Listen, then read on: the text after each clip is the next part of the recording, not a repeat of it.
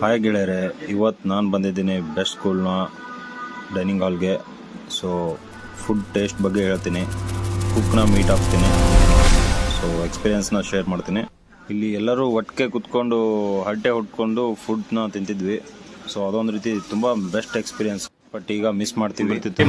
ಇವ್ನು ನಮ್ಮ cook Bhojappa ಚೆನ್ನಾಗಿರ್ತಿದ್ವು. Breakfast ಏನೇನು?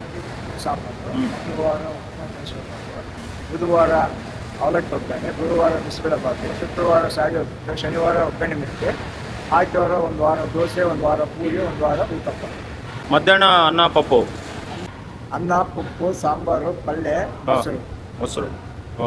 ಇನ್ನೂ ಅದೇ ಇನ್ನೂ ಅದೇ. ವಾರದಲ್ಲಿ 2 ಟೈಮ್, ಮಂಗಳವಾರ ಶುಕ್ರವಾರ ಸ್ವೀಟು, ನೈಟ್ ಒಂದು ವಾರ ಗೀ ರೈಸ್,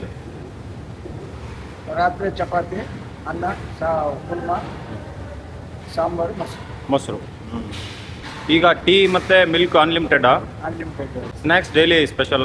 ಡೈಲಿ ಒಂದು ಸ್ನ್ಯಾಕ್ಸ್ ಮತ್ತು 15 ಡೇಸ್ ಒಂದ್ಸರಿ ರಿವಿಷನ್ ಅಣ್ಣ. ಇದು ಈವ್ನಿಂಗ್ ಸ್ನ್ಯಾಕ್ಸಾ? ಏನಣ್ಣ ಇದು?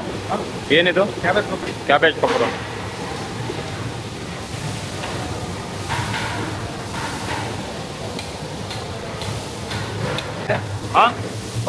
ಯಾವುದು? ಟಿಪ್ಪರ್ಕಾಯಿ ಪಲ್ಯನಾ?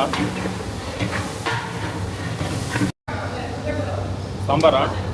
ಸಾಂಬಾರು.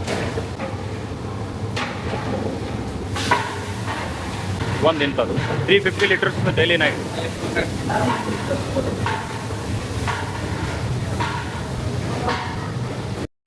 ಅಣ್ಣ ಇದೇನು? Tina? After 10 years having lunch with best friend in Ballari, best school. So this is where we live before. Rice ಬಂದಿದೆ, ಎಷ್ಟು ಬೇಕಷ್ಟು ತಿನ್ನಿ ಅಂತ. ಬೋಗಣಿ ರೈಸ್ ನಾವು